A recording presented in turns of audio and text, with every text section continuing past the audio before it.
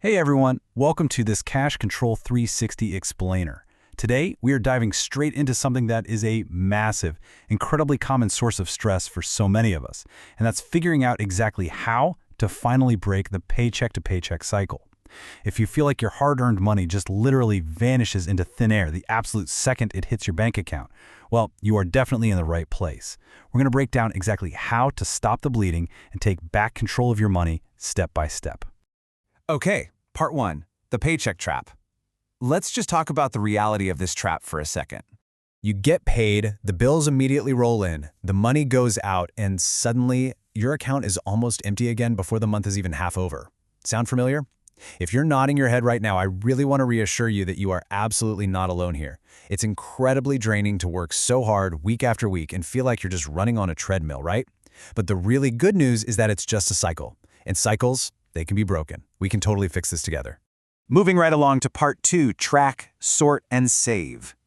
This is where we build the defensive foundation of our strategy. To stop living paycheck to paycheck, you have to stop the bleeding first. So here are the first 3 steps to build that defense.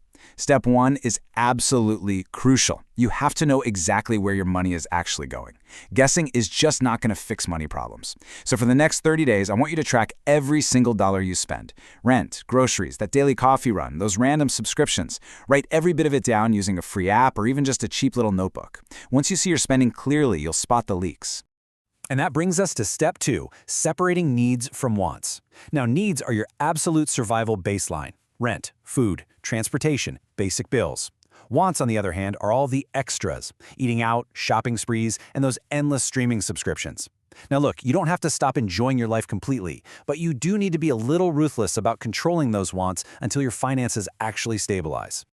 Okay, step 3. Your goal is to save exactly $500. Just $500. Start with this small, totally attainable goal to build a mini emergency fund. Now, this isn't your full 6-month safety net, okay? This is just your very first cushion. Why? Well, so when you get a flat tire or a random medical bill pops up out of nowhere, you don't have to panic and immediately swipe a credit card. Once you hit that $500 mark, you can grow it to $1,000 and then slowly build up the whole shebang to 3 to 6 months of expenses later. All right, part 3, plan, pay, and reduce. Now that our defense is locked in, this is where we start getting ahead of the curve. Time to build a proactive offense with steps 4, 5, and 6. This phase is all about putting yourself in the driver's seat before your money even has a chance to leave your account. We're talking about planning ahead, prioritizing your own savings, and making some targeted cuts to give yourself some immediate financial oxygen. So, step 4 is creating a payday plan. Before payday even arrives, you need to have a plan written down. Do not wait until after you've already started swiping your debit card. Decide exactly how much is going to rent, to food, to bills, to savings, and yes, to your wants. By doing this, you are literally giving every single dollar a specific job before it even hits your bank account. Next up, step 5, pay yourself first.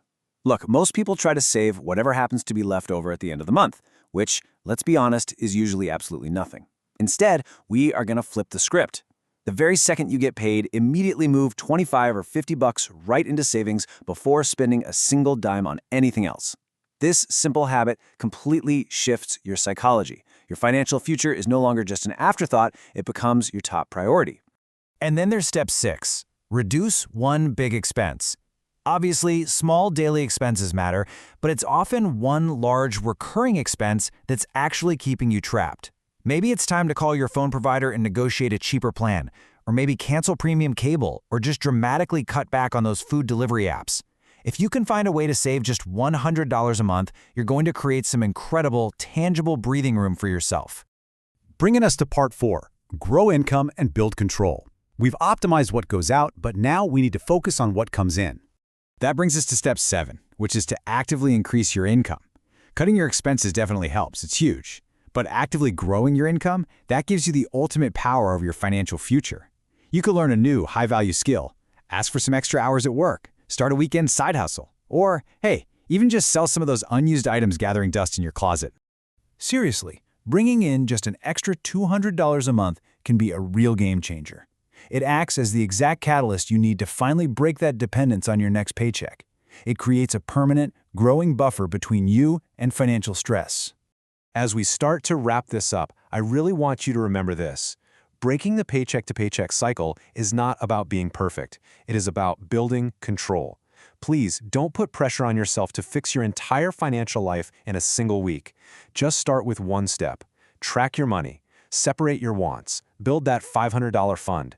Plan out your paydays. Save first. Reduce one big expense. And then work on increasing your income. Once you actually control your money, your stress goes down, you stop panicking the day before payday, and you finally start feeling some real progress. Your financial life absolutely can change, but it relies on small actions repeated consistently over time. Thank you so much for joining me for this explainer today. Be sure to follow Cash Control 360 for more simple money tips to save, invest, and grow. But before I go, I want to leave you with this. What if the only thing standing between you and total financial peace is just 30 days of actually paying attention? What's the very first step you're going to take today? Think about it. Let's get started.